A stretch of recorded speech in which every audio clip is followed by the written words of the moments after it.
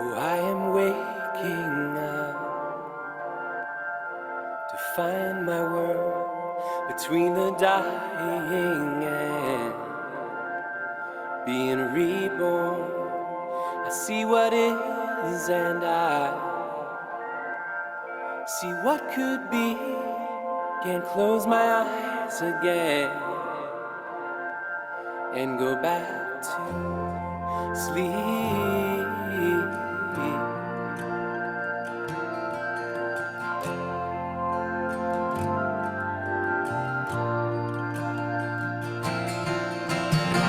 Fill my days with blessed unrest and my nights with dreams of justice. Make me a vessel for the turning of the tide. How can I change our course? Just a lonely voice. Wish I could lose myself in all the noise. But if we all would rise, a generation proud with a mighty song, we could turn this world around.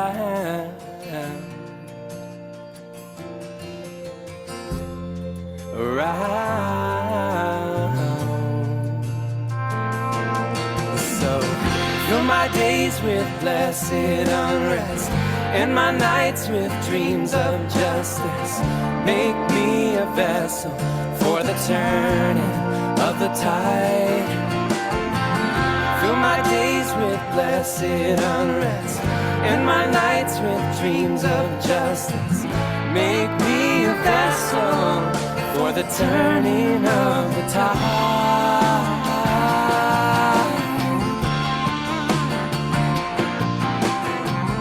Ancestors all behind, and before me every child. I bring the power of a long unbroken line. So when our time is through, I wanna know, did what we came to do for the future ones. So in our darkest days, may we all be strong and give our lives so life may go on. Fill my days with blessed unrest and my nights with dreams of justice. Make me a vessel. Fill my days with blessed unrest and my nights with dreams of justice. Make me a vessel for the turning of the tide. Fill my days with blessed unrest and my nights with dreams of justice.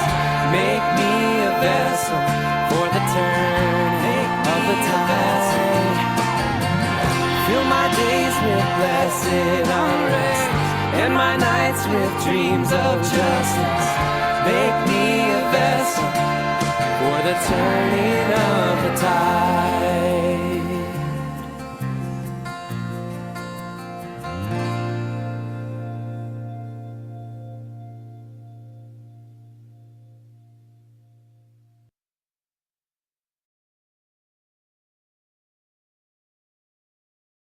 Morning, good morning, good morning. You could hear my voice. Do I need a mic? I think I do, but you could hear my voice.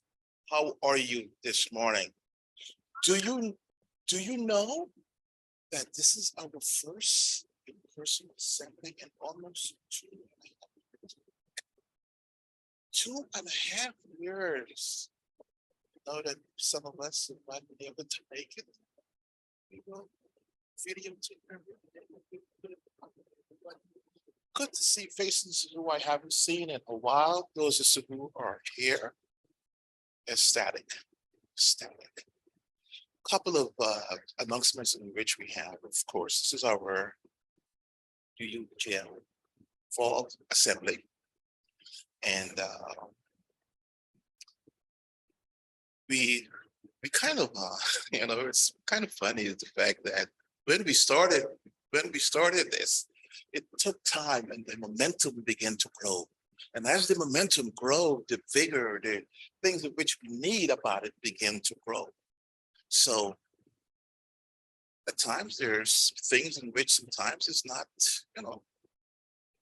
kind of in sequence, but we will make it work. Right? Right? There we go. There we go. As far as the few announcements, so what we have, lunch will be served at 11:30, I think, 11:30. Yeah. And so we will walk over there. I hope that the raindrops is kind of light. So we will be doing that. Also the business meeting, which we will be having, we will have it after, it would be done during lunch. Okay, so we will just be segueing right into that. We have some workshops here. I hope that we all participate in that and to have a wonderful journey as far as where is it we're looking to go. The theme of our Justice Assembly, in which we have this year, is interdependence. I've always wondered about interdependence, that word, because it's also, it's kind of a web, which is part of our 7 principles we have. And as things are changing within our UUA, and principles is changing also. So we encourage you to look at those words and the fact that regardless of the workshop in which you're in, see the ways and the means as to how interdependence would actually play within your thought processes. Okay. There are bathrooms we have, etc. So if there is any lack of clarity where that is, you could ask Hank. Hank knows where everything is. So so we would be able to help you there. So let's move right into worship. Settle yourself, your feet, arms, thoughts, your processes as we have a chance.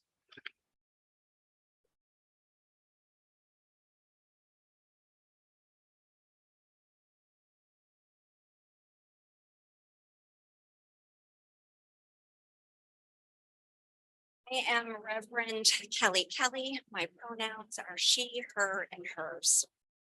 The chalice connects us to our Unitarian Universalist congregations and organizations, while reminding us of those who lit the chalice before us and giving us hope for those who will follow. This morning, our board chair, Samuel Prince, will light the chalice as I share words from seminarian and former UUJO board member, Melissa Jeter.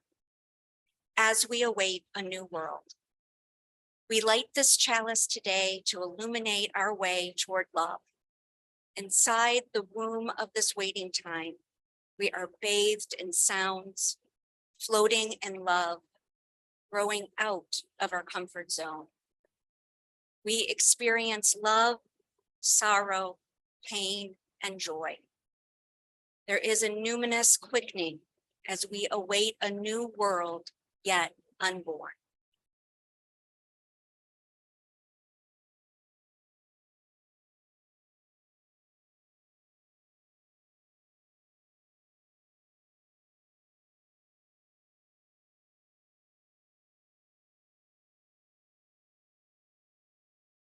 Called by something greater than ourselves, we choose to acknowledge that we live and work on the lands of the Potawatomi, Erie,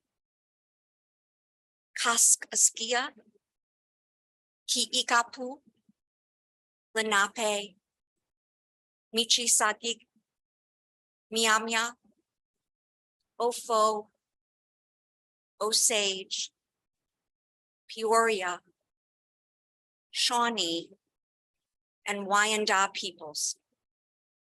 At the convergence of Lake Erie and the Ohio River, Ohio was an important cultural, economic, and spiritual center for the First Nations. attracting peoples from across the continent. This acknowledgement is neither a beginning nor an end. It sits in a history overflowing with broken promises, lies, and violence. Our shared faith calls us to name this truth as one small effort toward healing the wounds of our past and building a shared future marked by true equality, equity, and peace. May it be so. May we make it so.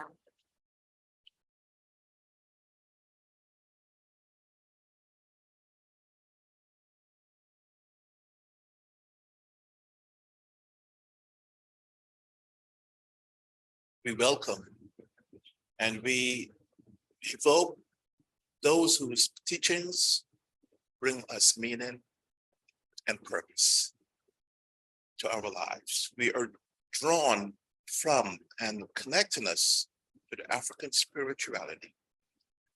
A sacred communal practice, speaking of libations, of pouring water.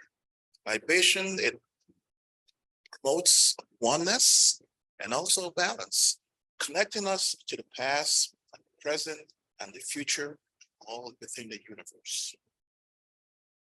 We pour this libation, these waters, to bring into our midst those who are vulnerable African, and also those who are marginalized, and other spirits, radiating their great wisdom, their courage, dedication, and unyielding commitment to the victory of justice. It is in this home of our ancestors and our children and their children that we pour these libations. We continue to pour these libations to bring into our midst the vulnerable people, those within our community, their spirits, requesting their rights for human rights, respecting those who are LGBTQIA2S and Y, upholding the intersectionality of liberation of all people who respect Mother Earth.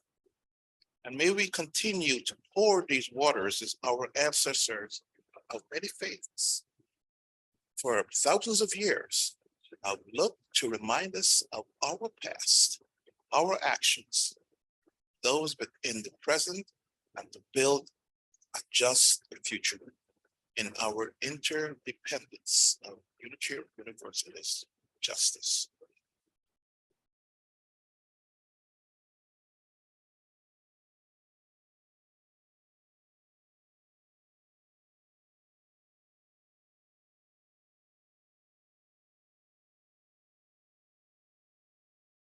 This is a reading by Mark Bellatini, and it's called Post-Election Sequence.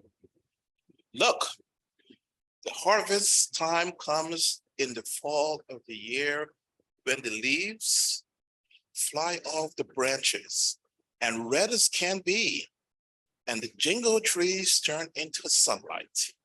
Pumpkins and apples, bright wheats and corn, so much abundance, color, nourishment, joy.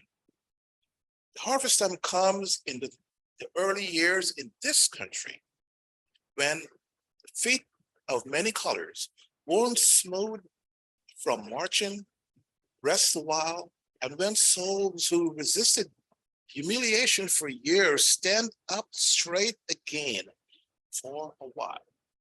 And when eyes lose tears before the lynching tree and the broken ballot box are finished wiping for a while. And they all bring out the sharp sickle of their joy and reap the sweet yield of harvest day. The harvest time has come today, when the week's warm sun and cold rain, joys, worries, ecstasies, and sorrows, emotionals, somersaulting and exhausting finally make it through the finale of ad signs, painfully commercials and daily wincing into the bright clearing of this moment, where the quietness is neither red or blue, even, but where we now reap some abundant silence will feed us for a while.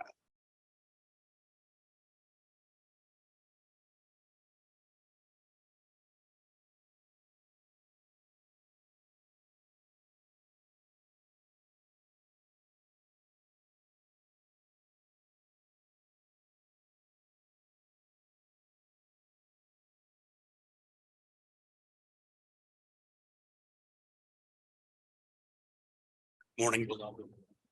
I want to share with you a reading from the book Braiding Sweetgrass by Robin Wall Kimmerer. As I grew to understand the gifts of the earth, I couldn't understand how love of country could omit recognition of the actual country itself. The only promise it requires is to a flag. What are the promises to each other and to the land? What would it be like to be raised on gratitude, to speak the natural world as a member of the democracy of the species, to raise a pledge of interdependence? No declarations of political loyalty are required, just a response to a repeated question. Can we agree to be grateful for all that is given? I had the pleasure and honor of encountering this book here at MTSO. Lots of things that opened my eyes in ways that I did not expect them to be opened when I started here, because I thought I had figured it all out in my 20 years of apostasy, but boy, was I wrong. This book I encountered in a class I took in the summer of 2019, so before the pandemic. And it was a class that was out in the field. It was called Food, Land, and Faith Formation. And it was utterly life-changing for me. As many of you know, ecology is at the center of your hearts as you use. It's at the center of what our keynote's going to talk about today. It's at the center of MTSO's vision for a just and sustainable world, and Seminary Hill Farm here on the campus. And y'all, if you haven't had the food here, you're in for a big treat. It's going to be amazing. So new ways of thinking about the world that was different from the way I had thought about it before. And this whole idea of interdependence and cycles and circular thinking instead of linear thinking, and not binaries, and things continue. And so this class took us to places, a couple of places that were farms that we source some of the food from that comes here and is served in the dining hall. We visited some neighborhood gardens in food deserts in Columbus. And we visited a working farm here in Delaware County that's a model of what a farm was like in Ohio in the 1930s and 40s. And this is something that I heard there that struck me particularly hard. And that was while we were there, we were super excited to see little baby lambs, because there were lots of baby lambs, and who doesn't like baby animals, right? So the gentleman at the farm was talking to us about the how they try to stay authentic to the way things were in the 40s, and then talked about these sheep in particular. And he explained to us that the sheep that are there just a few miles up the road from here are not the same species of sheep that were on that farm in the 1940s. They are related and they are similar, but they are not the same because the average temperature in Ohio has risen to the point that that species of sheep can no longer handle the heat of Ohio summers. He also added the footnote that they're told not to say that when school groups and folks come through. And so we got this guess because they felt like we were seminary students and we'd probably smite people if they didn't tell us the whole truth. But that was something that really struck me in the ways in which, and particularly now looking back at 2019, as we saw how much was revealed during the pandemic, during the George Floyd protests that erupted here in Ohio and Columbus, and opened my eyes to the racism of the police that I had not believed was the case. It couldn't have been the case, right? So lots of transformation, lots of thinking, but also got me thinking about things that I never knew. And the ways that has broken into my evangelical background of this top-down relationship with this divine being, and it being so much about this personal business and not about community and not about interconnection and interdependence. And I'm excited about the speakers that you're going to hear from today, because I think that each one of them is going to speak to how the work of justice cannot happen unless we talk about how interdependent we are on each other. We do this work together. We cannot do it alone. And I am so grateful that I am not alone. I'm grateful. I'm tired. I know all of you are tired. I am overwhelmed. Look, there's something else I have to be aware of, and I just want to sit in my privilege and disengage. And we can't do that. So I'm grateful for all of you. I'm grateful for learning things that I did not know happened in my world, my local world. I shared this story with Paisha recently and with my church, that here at seminary, another eye-opening moment was in a course I was taking on social justice and the law. We were reading a book on redlining, and that sent me down a rabbit hole on Google, looking at my home state of Virginia, Richmond, Virginia, and my hometown of Hopewell, Virginia, which is about 20 miles south of Richmond. And I learned in that rabbit hole, which of course had nothing to do with the paper I needed to write for this class, because that's the way things go, learned that in 1962, Martin Luther King Jr. stood on the steps of the city hall in my hometown and spoke. And he was there because one of the civil rights leaders in my hometown had been arrested for contempt of the General Assembly because he would not give up the names of his comrades who were fighting against segregation in Virginia. I also learned that this gentleman led a sit-in at a counter at a drugstore in my hometown of Hopewell, Virginia, that I remember sitting at just about 14 years after this happened, when I was a young child, eating a grilled cheese at that counter with my mom and my brother. And my brother, my mom said, when I talked to her about this, it's where my brother learned how to drink from a straw, was at the counter at George's drugstore. None of us knew there had been a sit-in. Was never taught that. I learned it when I was 47 years old. So these are the things that, one, tempt me again to retreat into my privilege where I just don't have to deal with it, right? But instead, and I'm grateful for all of you. I'm grateful for the folks that I have encountered, particularly since I moved to Ohio and started my seminary journey, who have shown me that we can do this together, that it might be loss after loss after loss, but we're doing it together, and we're doing it for the right reasons. And we're not going to let ourselves be overwhelmed. We're not going to let ourselves become exhausted, because it's worth doing the work. It is worth doing the work. And because I know this happened in my hometown, like everybody in Hopewell, Virginia needs to know that Martin Luther King Jr. was there. It needs to be taught in the schools. It's like, why isn't there a plaque? Why wasn't there a field trip? Why? We know why there wasn't a plaque and there wasn't a field trip. We know that. We know interdependence is the key. And again, I hope that you glean a lot of that from our wonderful presenters and speakers here today.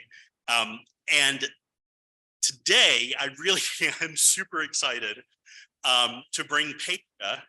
If you came to our online Justice Assembly last fall, Peisha led a breakout on the art of protest and music, and Peisha's all kinds of art, music and sculpture and all kinds of things. But together in that breakout session, some of y'all helped her write a song. You created the lyrics to the song, she put it to music, and she is going to sing that for us now. And we were looking at the lyrics last night. Yes, I'm talking about interdependence. Oh my Lord, I'm having to be corrected all the time. Yes. Let justice rule the day. So this is y'all. Y'all wrote this. I could never have pulled this off by myself. So thank you. I want to read the words that you all contributed that made this song.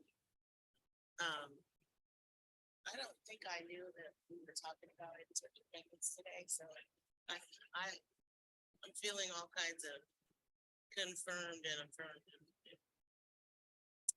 So here's the words. We had stop the hate, spread the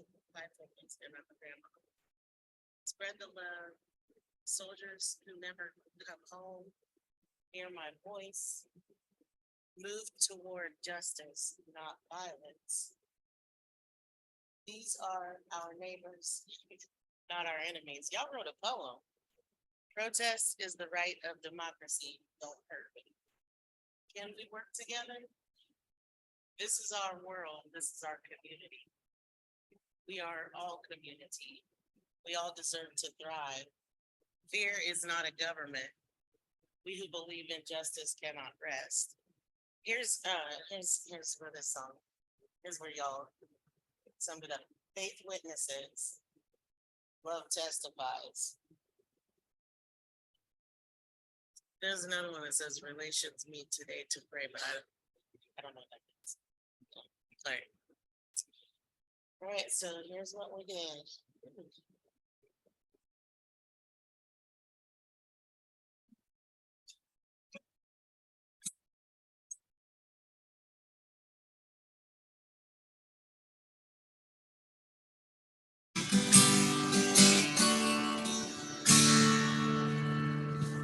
I'm loud enough. Who is God and where can I find them? Oh, I forgot to tell y'all where them came from. Reflecting on being here at seminary and finishing this song together with you today. I've been struggling before coming here about God and God's name and who are God and do I even believe in God? And I used to wrestle back and forth in church with this concept of oneness when Elohim is a plural noun. And so that's why they're they, because they said, let us make humankind in our own image. And so that's us. And we're here because we're supposed to be manifesting them in person because they're not going to pop out of the sky. So it's us. All right, here we go. To sky, and where can I find them? When hurt and suffering to rule the day? Can there be goodness? And what about salvation? Still the nations dare to pray. Let my faith be a witness for such a time. Let my love in action testify. Born into a world where sin and shame prevail. Learning war and greed pretends to meet our need. Can we find a way to unify the nations? Let justice rule the day. Let my love in action testify. Let my faith be a witness in such a time. When justice rules the day, this is where y'all come. Earth and heaven will be the same. When justice rules the day, earth and heaven will be the same. Do you guys, do we have a printout in here? Okay, that's you. So your part is, let's go back to that. All right, let's that part together. All right, let's go back to the justice.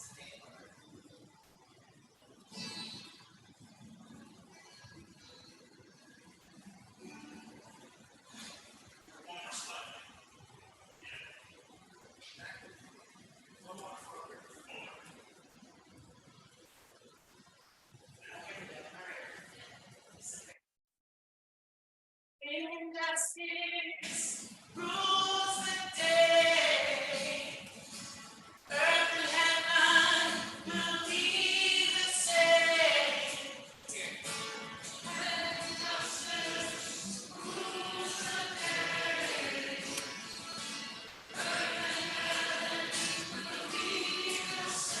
All right, out to this. Where you at? Rules the day. Earth and heaven will be the same. Let's hear some of the announcements together. Rules the day.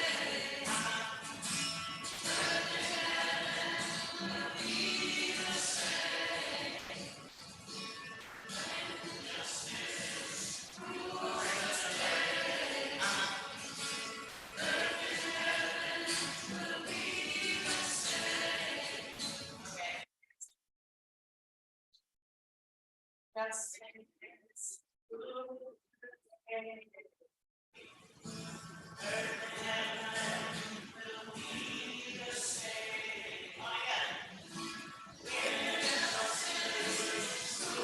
the day.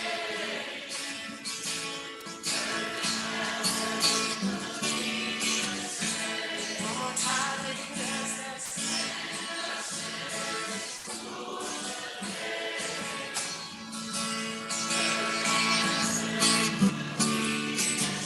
All right. Can we switch to the next one? Because here's the end. Yeah, I got Damon everywhere. All right. All right. So I need your help. I just got these at like 4 something this morning. This part right here. So on earth as it is in heaven is really like the concept of being. If we're asking God to let their kingdom come and will be done, like who's gonna do it? All right. So I don't even know how to play this part, but on earth as it is in heaven. Alto. On earth as it is in heaven. On earth as it is in heaven. On earth as it is in heaven. We just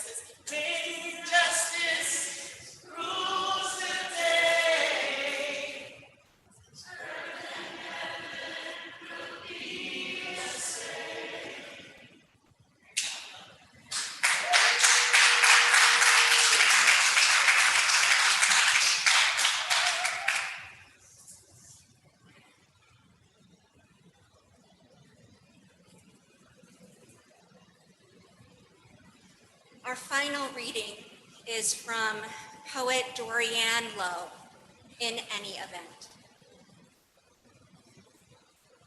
If we are fractured like stars, bred to shine in every direction, through any dimension, billions of years since and hence. I shall not lament, human, not yet. There is something more to come. Our hearts a gold mine, not yet plumbed, an uncharted sea. Nothing is gone forever.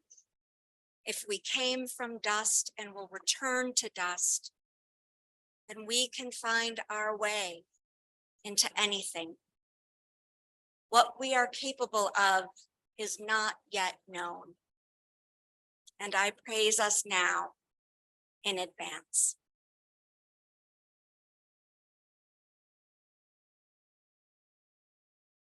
We extinguish this flame, breathing into the work ahead of us, the work of birthing a new world, a world yet unborn, a world of interdependence and collective liberation. May this flame remind us we are not alone.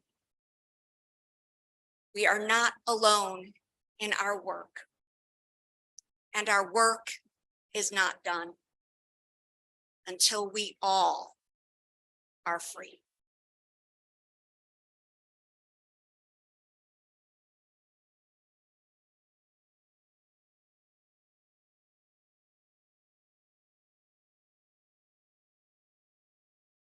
I'm going to do a super quick introduction. We can read Alexander's bio in your packet.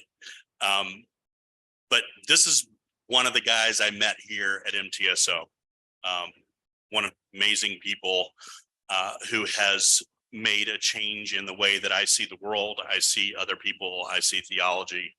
And I'm super happy to have him here with us. From his bio on Sea Change, SEA, all capital letters, stands for Social Enterprise Accelerator, right? Okay, yeah, we'll go with it. And he's also executive director of Together We Compost. And he'll, I think, talk more about that as well, but is really here to talk about the intersections between race and climate justice, which many of us who look like me get wrong very often. So I think it's important as we talk about interdependence, as we talk about intersectionality, to really focus on this. And I did not know until I read this bio that Alexander is an Afro-eco-theologian, and I love that for me and you and all of us. So I am really happy to have you here with us, Alexander. So take it away, my friend.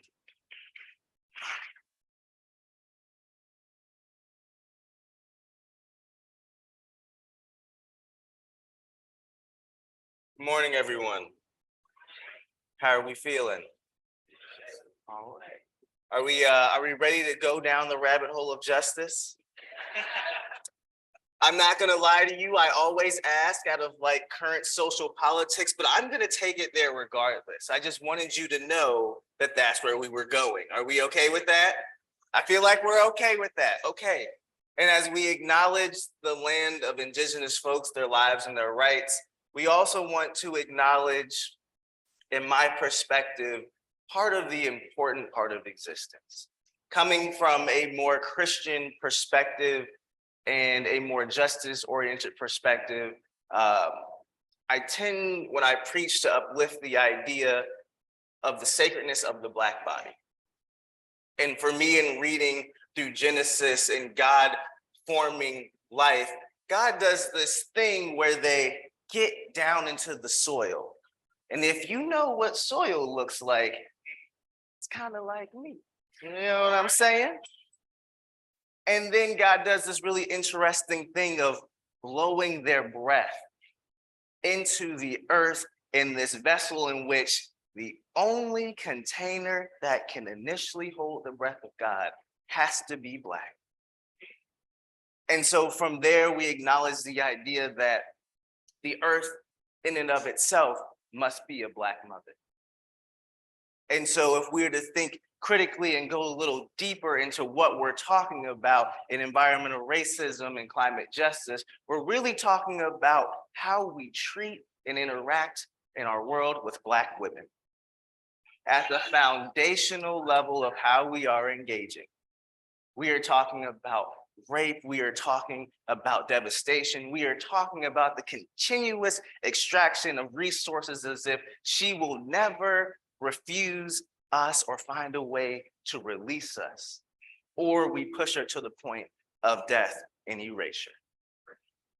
So that is where we're gonna start. That is where we're gonna start. That is where we're starting. And I just want you all to be aware of it, all right? I just wanted you to know. We don't have much time, and I am not one for beating around the bush. I have 2 small children. And so at this point in my life, we have moved to the direct phase. Okay, we do not have time to toss and generalize it as we are doing this now, not just because I said so, but because we need to. So that is where we are. And so I think it is important that we as a collective find a way to really find a common ground of what we are talking about. Our focus is environmental racism, and I am not here to give you a definition. In fact, that is your job. Most importantly, because we have to have some sort of grounding, and I'm here for a good time, not a long time, all right? If you know the song, you know the song. Okay. So what I'm going to ask you all to do is to find a couple of people, maybe 4 or 5, and come up with your own definition of environmental racism. I will give you 5 minutes. We will share back to the group, create our own common definition, and then we will build from there. Is that okay with all of you? Remember, I'm just asking because I feel like I should, not because it is not what's going to happen. So in your various COVID comfort level, whether that be green, I'm cool with sitting next to people. It's yellow, like give me a couple of feet, or it's red. I'll stand behind you all as you talk. Find your groups and form your definitions. I just used 30 of your seconds. So you now have 4 minutes and 30 seconds. But I feel like I kind of have that ability in this place, all right? So please go ahead, form your groups, form some definitions, and in 4 minutes, we will reflect back. All right, let's do it.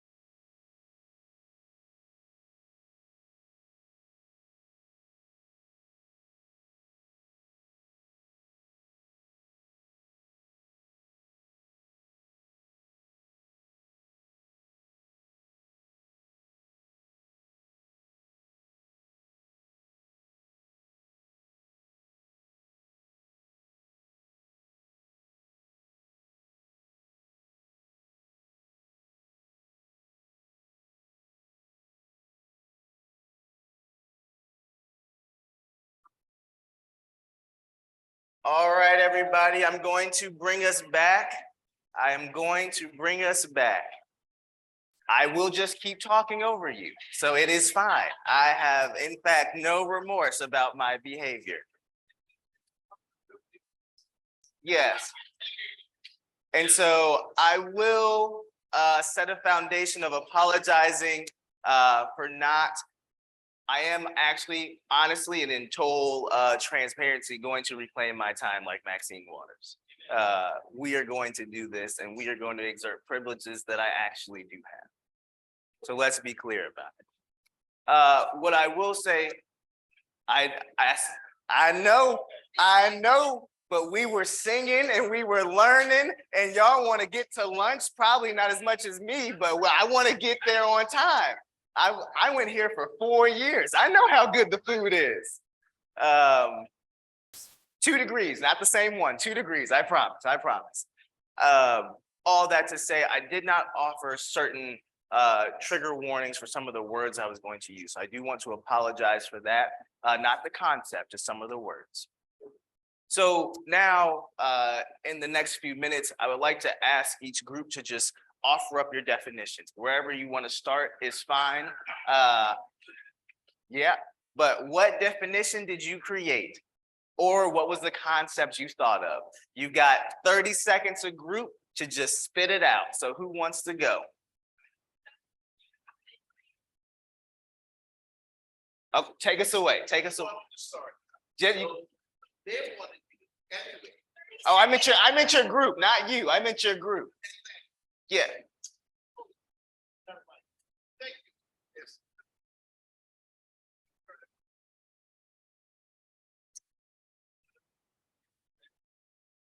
Is it on now? Yeah. There we go. Now you could hear me. We started out by speaking about environmental, and then it's kind of evoking it back into when we talk about environmental, and then we put that layer of race on for that. And then the comment was made about if we look at the land in which we are in where we are right now, this land here, MTSO, when we look at the folks who are being disposed from this land, now we have MTSO here. And the historicalness of what this land it represents, and those who were here were removed from this land due to racism. I appreciate that. Thank you. That is a very solid foundation for where we are trying to go. So I appreciate y'all's group. Who wants to go next? Who's willing to volunteer? Oh, I love the hands. We love the hands. All right. Anywhere you want.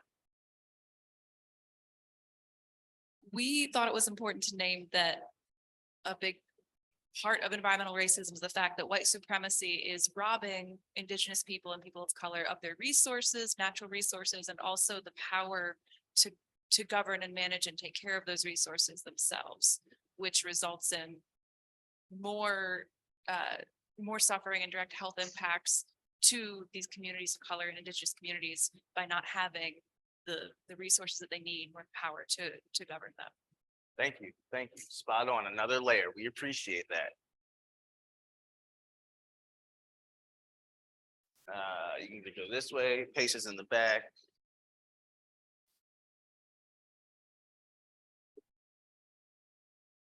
We didn't come up with a straight definition, but we came up with characteristics. We love characteristics. Let's go for it. Environmental racism is characterized by a culture of indifference, a culture of using and abusing, and a culture of entitlement and a sense that we have been given dominion over the world. That's an important point. That's an important point. There's a group to your right. Hello. So we've got some fragments of ideas here. Just started with racism, discriminatory actions based on race centered in systemic power, elements that affect home, health, and lands and the environment of people of color. And some examples and thoughts: highways dividing and destroying communities, enforcing racism, segregation, so one element was how it affected the home and the health and lands, but another element was how the environment can be used to support white supremacy, segregation. Yes, yes, layers, y'all are doing it. We're getting there.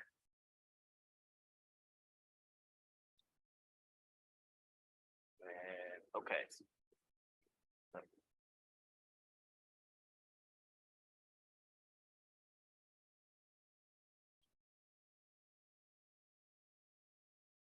So we were talking about how the degradation and hurt of people of color will oftentimes inherently hurt the environment and vice versa. So one of the examples I brought up was like Indian removal. I know that was the name of the terminology back then, but like you would kick off the indigenous population and then destroy the environment underneath for like cultivation, farming, destroying what was there, leading to eventually like the Dust Bowl. Those two things were inherently intertwined. And of course, there's more modern examples. I know the highways were mentioned. We talked about food deserts. So these things are perpetuating. I think the perpetuation is also inherent in it. I appreciate that. Thank you. You all have, is there anyone else before I go on? I think we have hit all the groups and you all have hit some really important layers. And one of the things that we really want to emphasize with this is that we are all, yes, we're talking about environment. Yes, we're talking about racism. But the breakdown of racism really includes structures of power, structures of privilege, and structures of intentional, again, going back to the word erasure. And the idea that, as this group was talking about, you have this sense of dominion, not only over the planet, but over the people who exist here. And environmental racism is very strategic, it's very direct, and we heard about redlining and gentrification from some of the folks on UUJO, but it is an intentional and specific practice to maintain control of environmental places and people to use and abuse the resources that exist. One really interesting example is when you look at a city like Baltimore and all the gentrification that has happened to push Black and brown folks to the outer parts of the city. But now we understand, because of climate change and the climate crisis, that the water is rising and it is coming for Baltimore.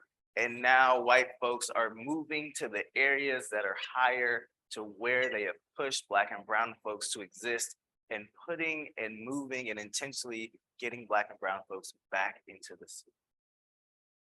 Because it is easier to exist at a higher level with privilege than to sit and suffer with the choices that you have made. Let's be honest and clear about what's going on, because environmental racism equates to violence. It is simply the choice to enact violence through the environment consistently, repetitively, and because you have the option to. One thing that a few of the folks that I spend regular time with, I always am bringing up the question, why does whiteness hold the propensity for violence? That is and is always the first and only initial reaction. It is dangerous. It is how the world exists, and it is why the environment is in the state that it is in, because the choice to do what you want to whom you want is the choice of violence. Now, in a Christian perspective, we hear the do unto others as you would like done to yourself. That is the golden rule. Now, I am one of those folks who believes that, sure, the texts like the Bible were divinely inspired, but human hands touch that thing. So there are a few edits that we can potentially make along the way. And one of those edits is to do unto others as they would like to be done to them. We are going into the platinum rule. We could say the same for the earth, because right now the golden rule, as we connect it to the earth, is environmental racism.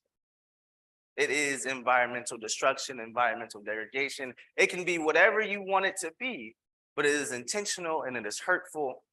And we look at things now. Food deserts was a concept that someone brought up, and it is a good starting point. But Karen Washington out of the DMV area brings up the idea of food apartheid. And if you haven't heard of it and you don't know of her, look it up. It is a concept that she promotes, not one that she created, but it is extremely important. Because what it does is it points out the intentionality of access to food and resources. It demonstrates why in a place like Linden, you can have a Save-A-Lot that can exist for years, and a larger chain grocery store like a Kroger or something like that, that is unable to financially be sustainable. And that may not be the case. The reality may be that you go into a Save-A-Lot like the one that I used to live by, and all of your celery is yellow. This is a very interesting concept, having been on this campus, a student here, having worked on the farm and grown celery and seen and tasted things that have never been that green or that beautiful. It could be celery, it could be asparagus, it could be whatever it is. But having the opportunity and the privilege that I did to then go to a Trader Joe's and find the same celery and asparagus that I would find on this farm,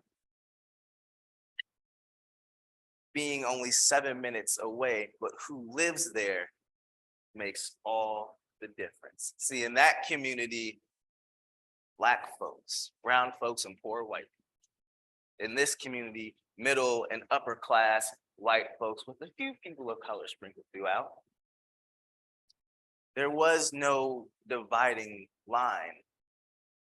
There was a dividing price tag, dividing intentionality, because we all lived on the same street.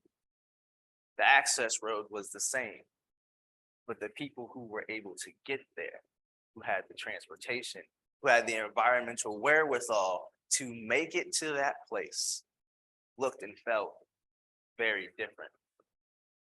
And so we're trying to figure out in and of ourselves, how does environmental racism tie in to climate justice? What is our role? What is my responsibility? And the short answer is everything.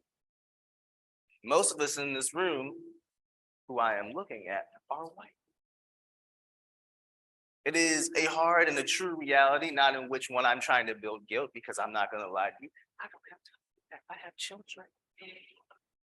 I have children. They have their own time consuming things that I am more focused on. I'm not going to lie to you. I used to have hair. I did. Okay, I'm done. Let me stop.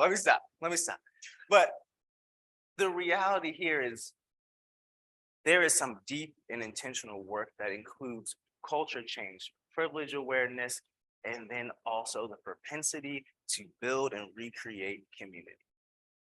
And many times we may ask ourselves, well, what is it that folks in these underserved communities need? What are the resources for minority communities that are missing? Why is the environment so dangerous? Well, why did you build it?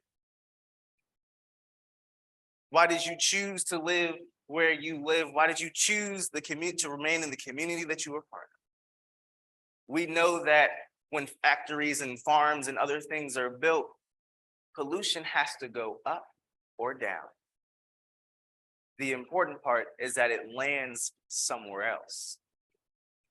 We know in Black and brown neighborhoods that the rate of asthma is significantly higher. Kids already can't breathe. And we're adding fuel to the fire. We come up on Sundays and we preach about justice. We preach about all that we want to do. We talk about this thing in community. We talk about planting trees and rebuilding neighborhoods.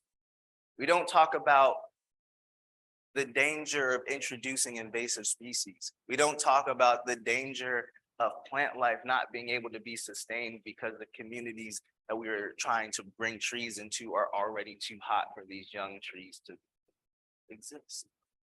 What we don't talk about is the fact that we're gonna leave wherever we worship.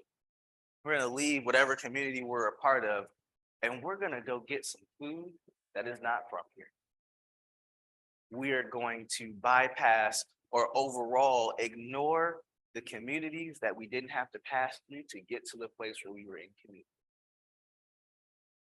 We are going to drive, as someone mentioned, on highways that have destroyed prominent Black communities just in Columbus alone. Environmental racism goes down to that granular level, goes deep into the soil and passes through the people whose feet are standing on it. When we think about the world in which we exist, the things that are in our pockets, the vehicles we drive, and the things we look forward to buy. I mean, leftover weekend just passed.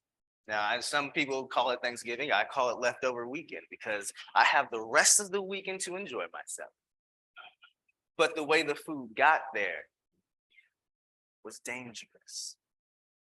There was environmental racism practiced, so I could spend an entire weekend acting as if it did not matter.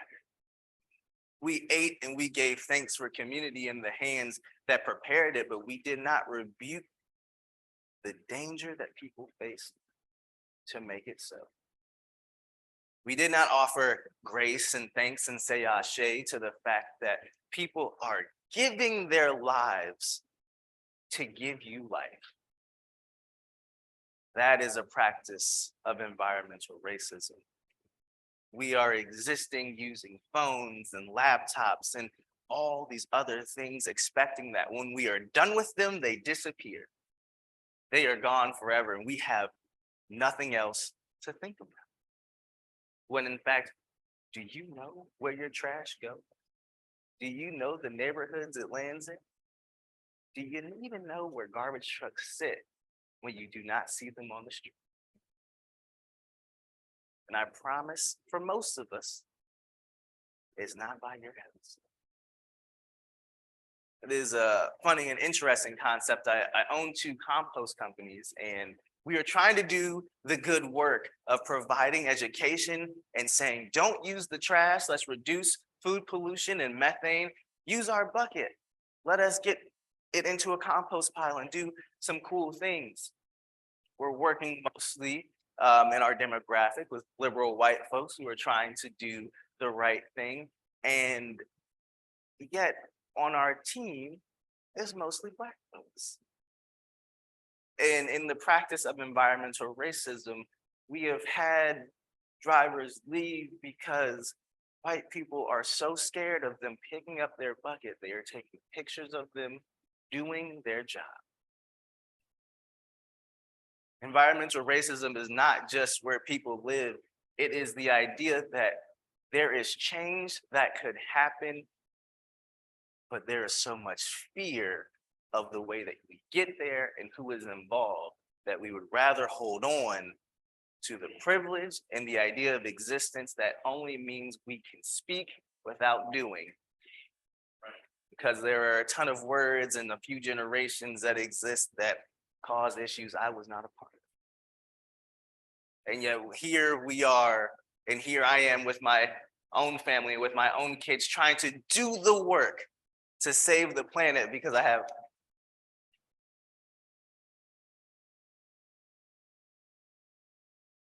one kid who can't breathe. It's not his fault. I have another who almost could.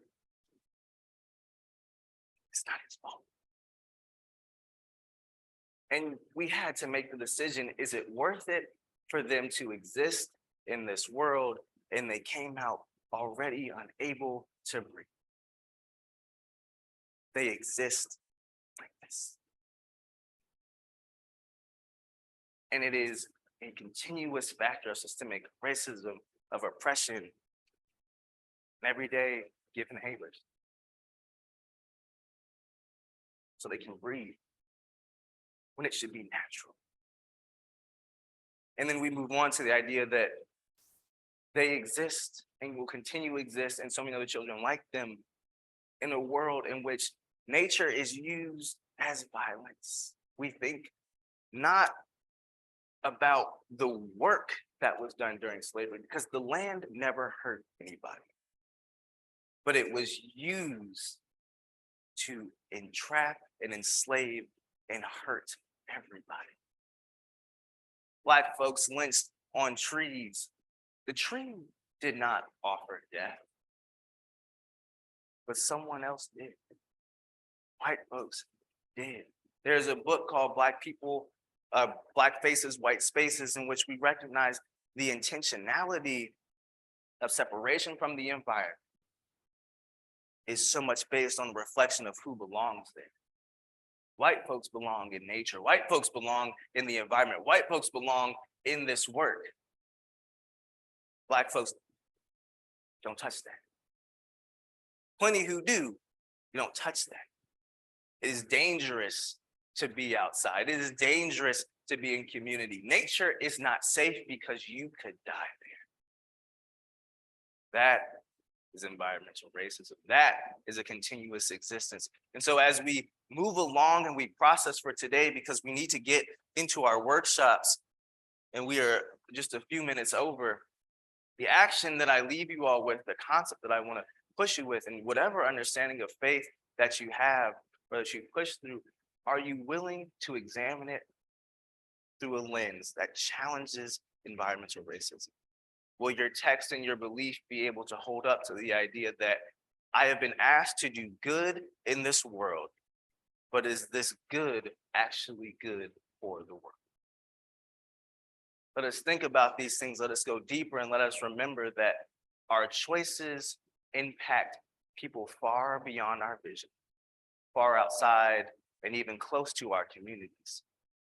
Environmental racism is an intentional and a consistent practice, which through privilege can be ignored and opted out of. No longer do we have the ability to say, I do not know. No longer do we have the ability to say that I could never find it. We have the internet.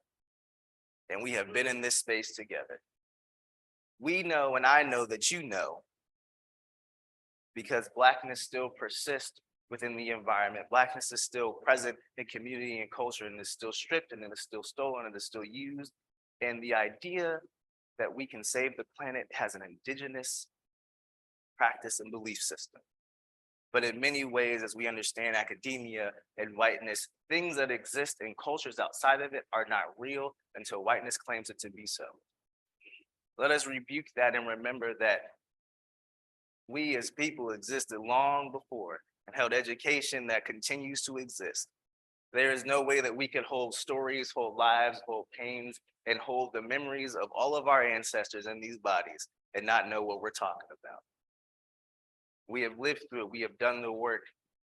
We have overcome in some ways and are held and oppressed in so many others.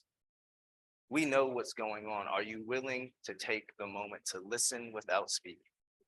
Are you willing to do the work without having to be recognized as this is what we have done? We see what you have done. Now we are asking you to undo it. Ashe.